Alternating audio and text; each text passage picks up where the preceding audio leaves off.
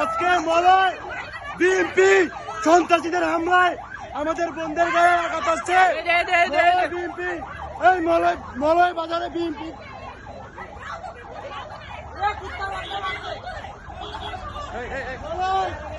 বিএনপির গুন্ডারা আজকে আমার বন্ধের গায়ে হাত তুলছে।